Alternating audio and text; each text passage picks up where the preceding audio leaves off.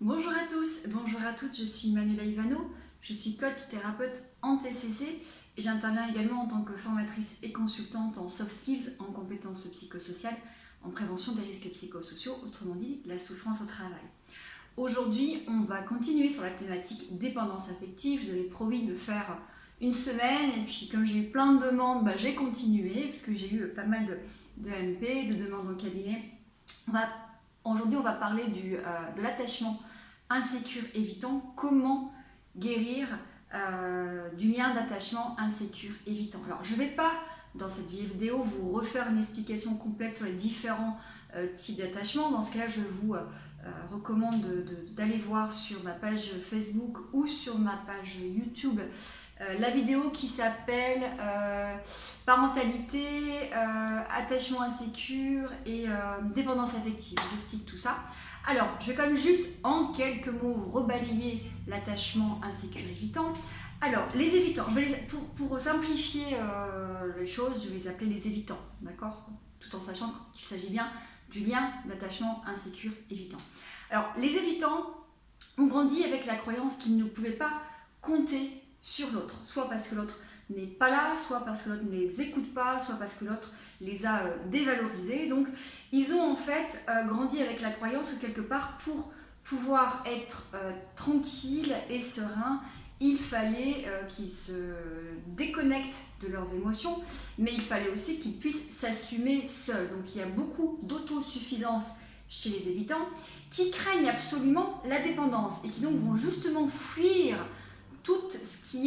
fuir justement tous les comportements de l'anxieux qui sont l'oppression, la jalousie, la possessivité, la demande, puisque lui, il craint complètement la dépendance et il va revendiquer son indépendance. Alors, généralement chez l'évitant, il y a eu soit des familles qui n'étaient pas présentes, donc l'enfant s'est dit, de toute façon, je peux compter sur personne, donc je ne peux compter que sur moi-même, ce qui va derrière forcément générer des comportements après d'isolement, de mise à distance de l'autre.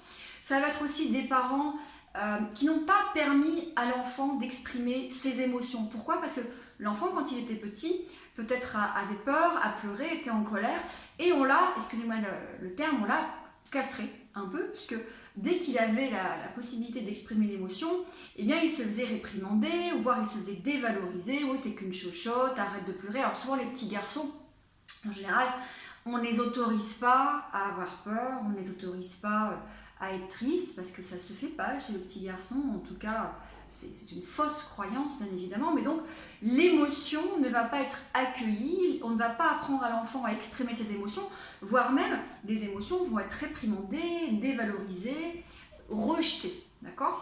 Et puis on va voir aussi des familles où la maman, le papa aussi, mais c'est plus généralement la maman va être très intrusive, un peu collante, un peu oppressante. Elle va ne pas laisser d'intimité à son enfant, ce qui fait que l'enfant va aussi quelque part développer la croyance que l'autre est intrusif et que voilà, il faut s'en détacher. Tout ça, ça va donner lieu à quoi? Des grands comportements que sont l'isolement, le détachement.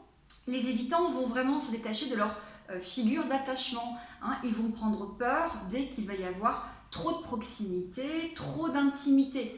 Ils prennent l'intangente. Donc il y a beaucoup forcément de comportements de fuite où l'évitant va vraiment apprendre à se développer seul et il va désactiver justement le lien d'attachement.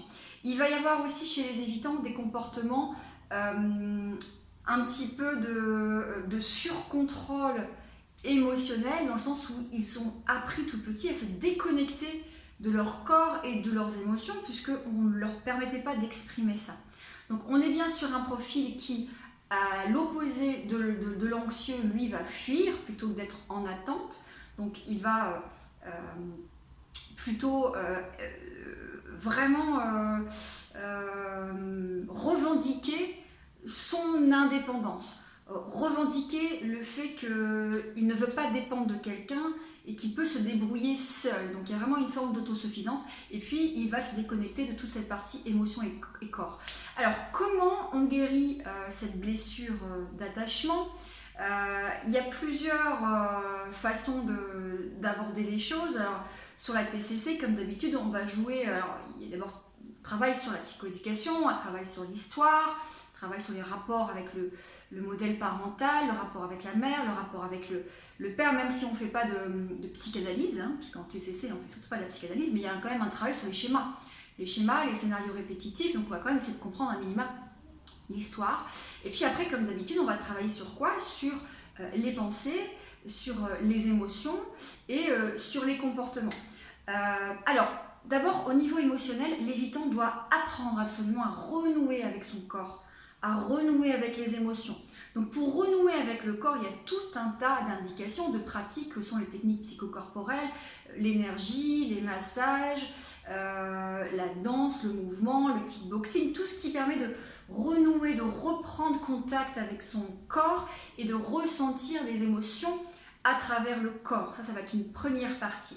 Pour les émotions, on va aussi apprendre aux évitants à reconnaître les émotions à travers le corps, justement les sensations corporelles, à les nommer, à les verbaliser et à les exprimer. Donc il va vraiment avoir un travail sur l'affirmation de soi au niveau des émotions. Au niveau des pensées, il y aura un travail sur les pensées automatiques, mais aussi sur les croyances, puisque dans la croyance de l'évitant, l'autre ne sera jamais présent. L'autre ne pourra pas être là pour être un soutien, l'autre ne pourra pas être là pour être une écoute ou une bienveillance. Donc forcément, l'évitant ne va pas solliciter les autres, voire il va s'en méfier, voire il ne va pas demander d'aide, il va pas, en tout cas il va se déconnecter. Donc il y a un travail sur les croyances à travers les expériences pour changer cette croyance personnelle que l'autre ne sera jamais là ou potentiellement que l'autre même est un danger, hein, qu'il faut s'en méfier. Et puis il y a aussi tout le travail au niveau comportemental. Alors là, au niveau comportemental, on va justement apprendre à l'évitant à demander de l'aide, à oser exprimer ses émotions à l'autre, à oser solliciter l'autre à travers des petits services, à oser s'approcher et s'ouvrir aux autres. Je regarde ce que j'ai noté d'autres, demander de l'aide, solliciter, s'ouvrir aux autres, à faire confiance effectivement, parce que chez l'évitant, il y a de toute façon cette croyance que l'autre ne sera pas là, on ne peut pas lui faire confiance parce qu'il va se moquer de moi, ou de toute façon il ne va pas m'écouter, il ne va pas pouvoir me sécuriser, donc de toute façon je peux compter que sur moi-même. Donc il y a aussi apprendre à s'ouvrir et à faire confiance à l'autre et à rentrer en relation. Donc là c'est toutes les techniques comportementales, où on va travailler sur l'exposition comportementale, dans l'ouverture à l'autre, dans l'affirmation de soi, dans le fait de demander des petits services, de déléguer, de demander de l'aide, etc. Alors au niveau comportemental chez l'évitant, il y a aussi quelque chose de très important. L'évitant a appris à se déconnecter de ses émotions, donc il n'a pas appris à réguler ses émotions. Et donc c'est aussi un profil d'attachement qui est le plus sensible aux addictions pour venir quelque part anesthésier les émotions ou se déconnecter des émotions. Donc on peut aussi forcément retrouver derrière tout un tas de comportements addictifs, compulsifs qui vont permettre justement d'anesthésier l'émotion pour ne pas avoir à l'exprimer, pour ne pas avoir à la gérer, pour ne pas avoir à la communiquer ou à la vivre de l'intérieur.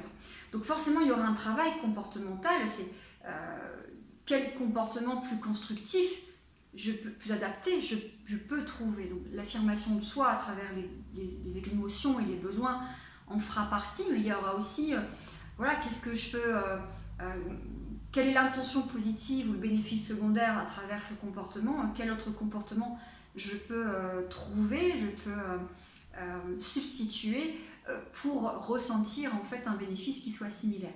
Voilà, donc en gros, je regarde ma petite prise de notes, parce que les vidéos, moi, je les prépare, c'est plutôt en général de manière un peu intuitive, mais je prends quelques mots-clés.